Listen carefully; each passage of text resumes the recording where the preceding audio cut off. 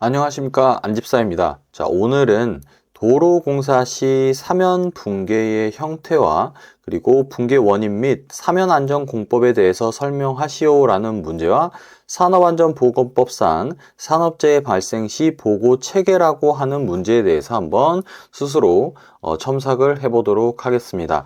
자, 오른쪽에 보시면 처음에 도로공사 시 사면 붕괴의 형태, 붕괴 원인 및 사면 안전 공법에 대해서 설명하시오라고 되어 있는데요. 자, 첫 번째로 작성해야 될 게 당연히 사면 붕괴의 형태, 사면 붕괴의 형태를 작성을 해야 할 것 같고, 그 다음에 두 번째로는 붕괴의 원인, 그리고 세 번째 사면 안전 공법에 대해서 작성을 반드시 해야 합니다. 그래야지 물어본 것에 대해서 하나씩 작성을 했기 때문에 명확한 채점의 기준이 될 수 있습니다. 자, 첫 번째로 답이라고 하는 걸 작성하고요. 그 다음에 1, 개요라고 해서 두 줄씩 작성합니다. 도로 공사 시 사면의 경우 토질의 종류 형상에 따라 붕괴가 발생한다. 자, 그런데 여기에서 지금 같다면 안반사면이라고 하는 것과 토사사면이라고 하는 것에 대한 특징을 살짝 적어줬을 것 같습니다. 자, 그리고 또 여기다가도 사면 붕괴의 형태에 대해서 설명을 했을 것 같습니다. 자, 그래야 이 말을 한 사면이라고 하는 게 어떤 사면으로 내가 기준을 잡고 작성을 하는지도 출제자에게, 채점자에게 알릴 수 있기 때문에 개요부터 그런 부분을 나는 구분을 할 수 있다. 자, 일반 사면이 한 가지의 종류가 아니라 안반 사면과 토사 사면으로 나뉘어서 구분을 할 수 있다라고 한번 설명을 해주는 게 좋을 것 같습니다. 그리고 사면에 따라서 사면의 안전성을 파악하고 보강공법을 적용해야 한다라고 적었습니다. 자, 여기 보시면 사면 붕괴의 형태라고 해서 랜드 클리프와 랜드 슬라이드라고 하는 걸 작성을 해 두었습니다.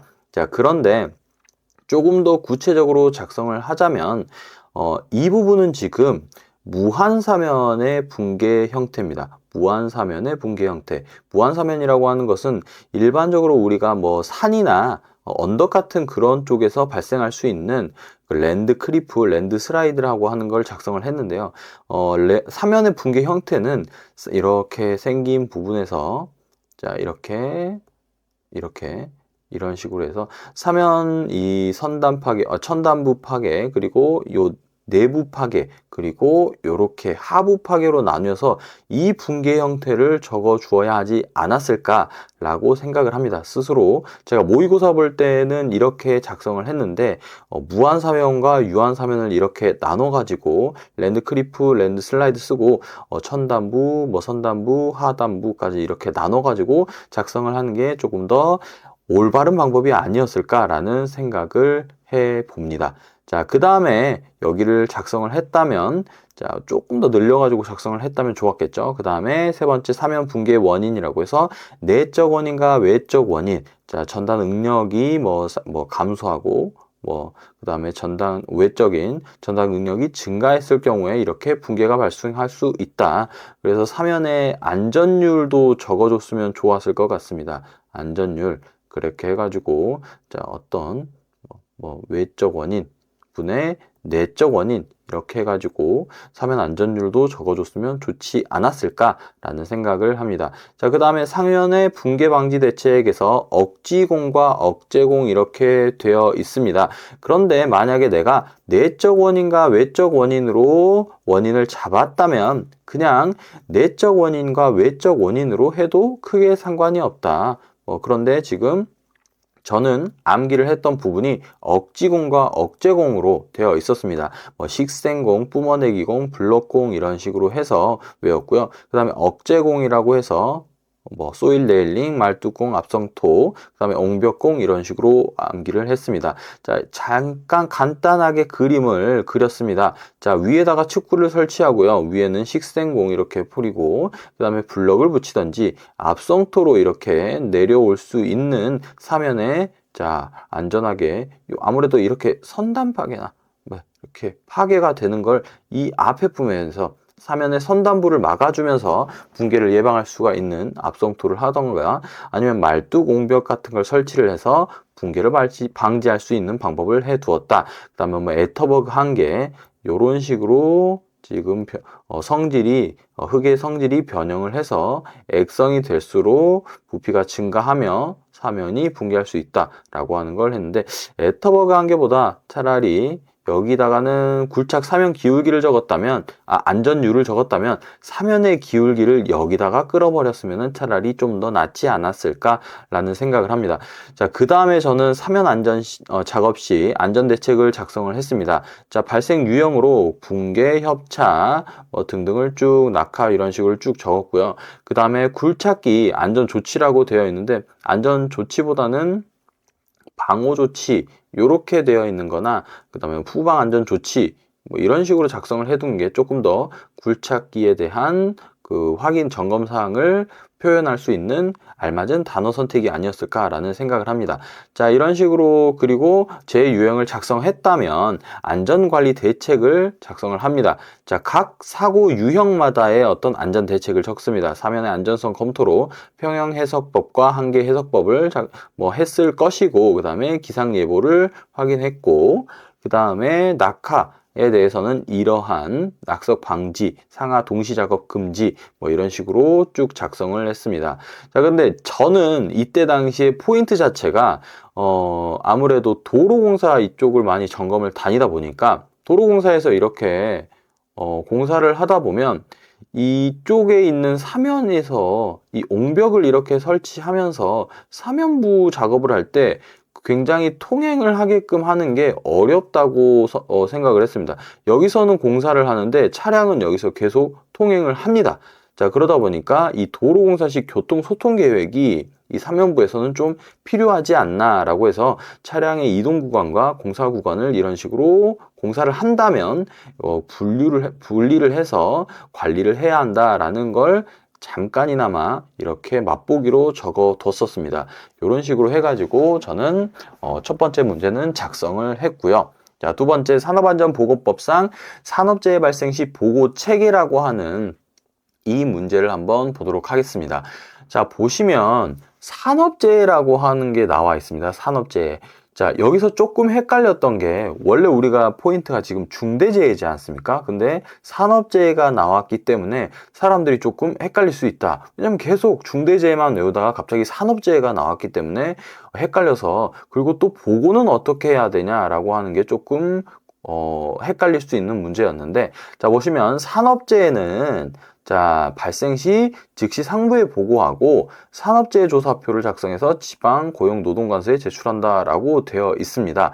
자, 중대재해가 발생했을 때 즉시 보고를 해야 하고 산업재해는 한 달이거든요. 근데 제가 이때 당시에 저도 헷갈렸기 때문에 이런 식으로 작성을 했습니다. 자, 다시 한번 보시면 산업재해가 발생하면은 근로자 입장에서 응급조치하고 후송을 한 다음에 산업재해가 3일 이상인지 확인을 한 다음에, 자, 요 한 달 이내에 산업재해 조사 보고표를 보고를 하고요.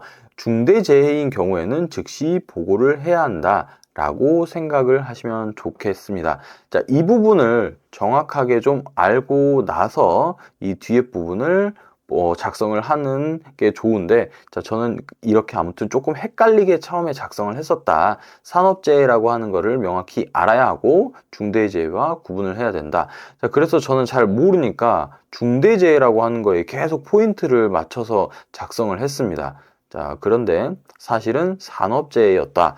그래서 산업재해 발생 시 보고사항을 이렇게 여기 부분에서 갑자기 정신을 차려가지고 보고사항과 예방을 이런 식으로 해야 한다라고 적었고, 마지막은 중대재해 작업 중지 처리 순서를 작성을 했습니다. 요것도 근데 숙지를 해야 되는 부분입니다. 만약에 중대재해가 발생을 한 경우에는 우리가 노동부에다가 보고를 하고 즉시 조치를 하는데, 작업 중지라고 하는 명령이 떨어집니다. 작업 중지가 명령이 떨어져요. 중대재해가 발생하면.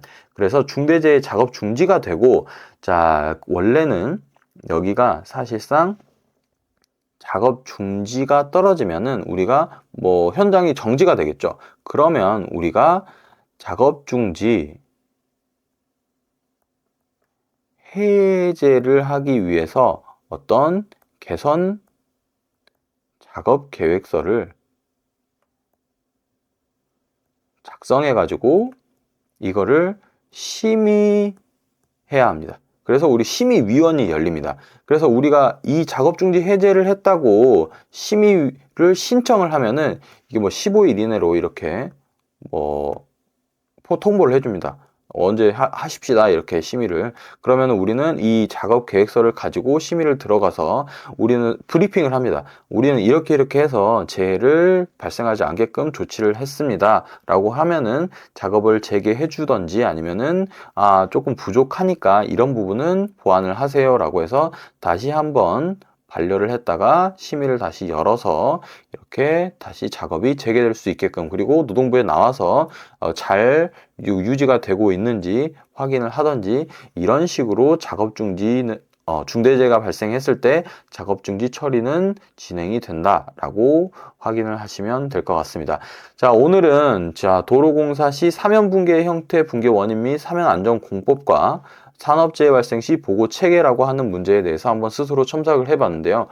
이 부분은 제가 예전에 기술사 시험을 볼 때, 모의고사를 볼 때 작성을 했던 부분이 조금 많이 미숙하게 작성이 됐던 부분이었던 것 같습니다. 스스로 봐도. 지금 수험생 분들은 이런 부분을 조금 정확하게 파악을 하시면서 작성을 하고 스스로 개선을 해 나가셨으면 좋겠고요.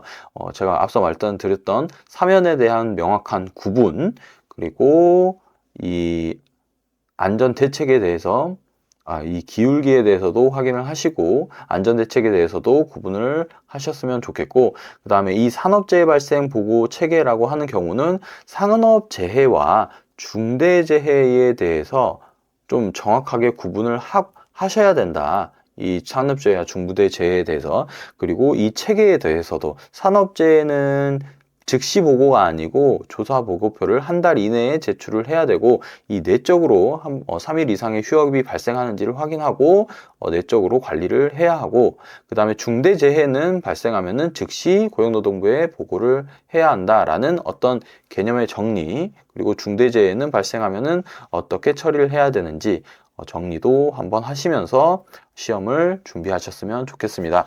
자, 열심히 영상을 찍었으니까 좋아요, 구독 한번 부탁드리겠습니다. 감사합니다.